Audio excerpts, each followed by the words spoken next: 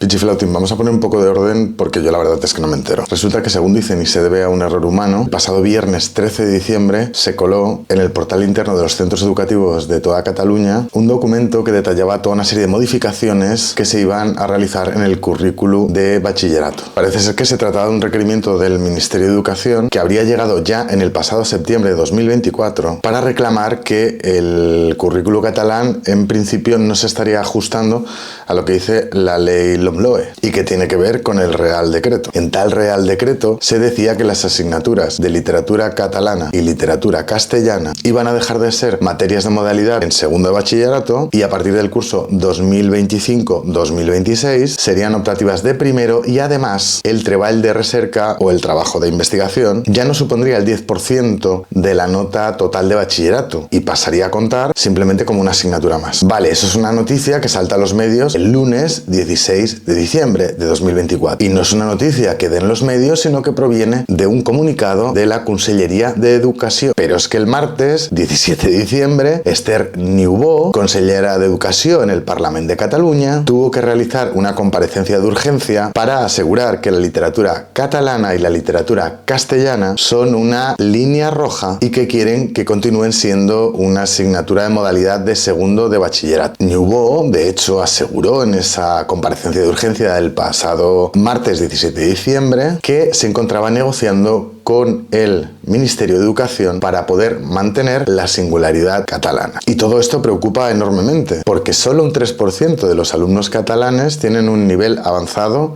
de comprensión lectora, un 3%.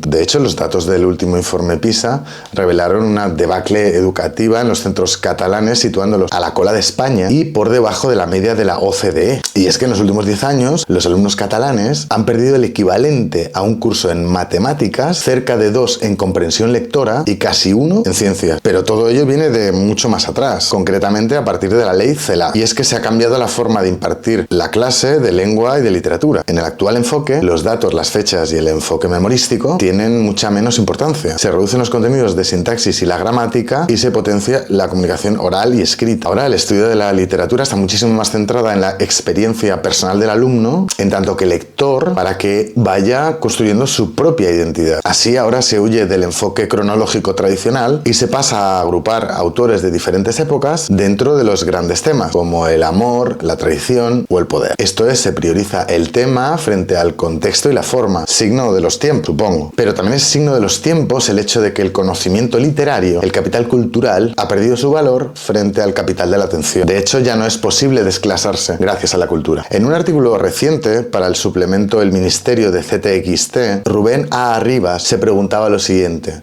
¿sirve de algo leer en sociedades donde el ascensor social está averiado y la cultura reducida a mero ornamento? Escribe Rubén Arribas: la cuestión es que estamos ante un cambio de paradigma y ese cambio es a peor. Tanto es así que muchas personas vinculadas al sector del libro, editoriales, librerías, escritores, crítica, profesorado, etc., afirman estar perdiendo el sentido de su oficio. Al punto que dos ensayistas francesas, Sol y Ying, se preguntan lo siguiente. Plantean que hay que volver a contestarse preguntas como: ¿por qué leer literatura? Es decir, ¿por qué leer? Y continúa: si tomamos a Donald Trump y sus mensajes inconexos como síntoma de una época, la pregunta que ellas plantean no es baladí, dice Rubén A. Arribas.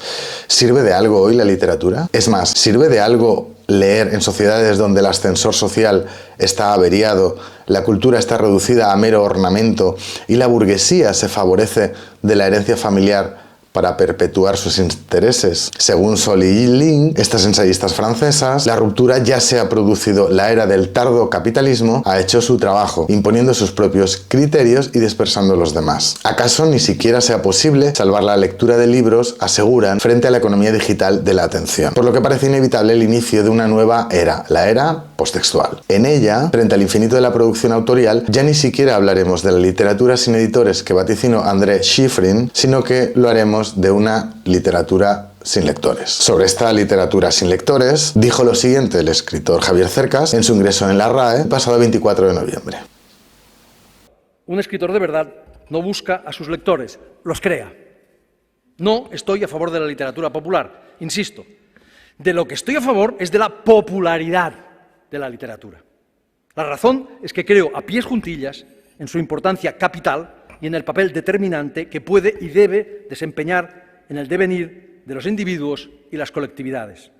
Pero, para que la literatura sea leída, para que siga diciéndoles a los lectores cosas relevantes y goce de la influencia y la popularidad que merece y nunca ha perdido, su primera obligación consiste precisamente en salir de las catacumbas, en no resignarse a sobrevivir confinada en la oscuridad de una literatura para literatos, una literatura narcisista, agorafóbica, masturbatoria y timorata, en perderle el miedo al lector común y corriente y en enfrentarse a él en buena lid y en campo abierto, formulando con la máxima riqueza, complejidad, profundidad y transparencia aquellas verdades que sólo la gran literatura es capaz de formular.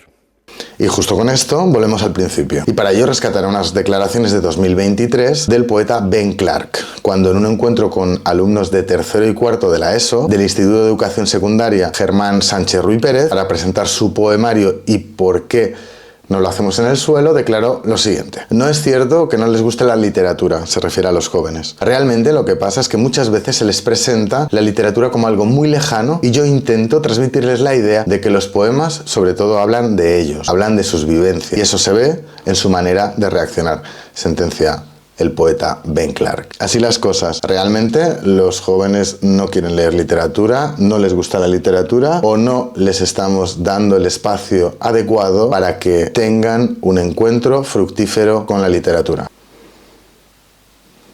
Y otra cosa más, ¿realmente los jóvenes no se interesan por la literatura dado que han entendido que no tiene ningún capital económico, que no tiene ningún valor en la sociedad, que es inútil? ¿Realmente esta es la razón por la que a los jóvenes no les interesa la literatura? ¿O es que acaso les interesa otro tipo de literatura? Porque leer los jóvenes hoy parece que lean más que nunca. Entonces a lo mejor la pregunta que tendríamos que reformular es ¿qué es lo que entendemos hoy por literatura?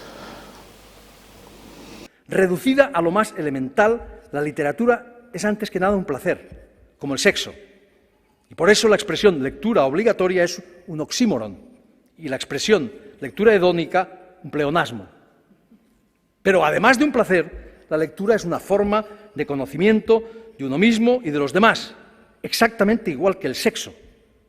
Por eso, cuando alguien me dice que no le gusta leer, lo primero que se me ocurre es darle el pésame, acompañarle en el sentimiento, igual que si me hubiera dicho que no le gusta el sexo. Aclarado esto, yo me pregunto, ¿existe algo más útil que el placer o que el conocimiento? No digamos que el conocimiento placentero.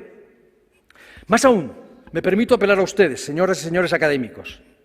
Díganme, desde la atalaya de su experiencia y de su sabiduría, ¿hay algo mejor que el sexo?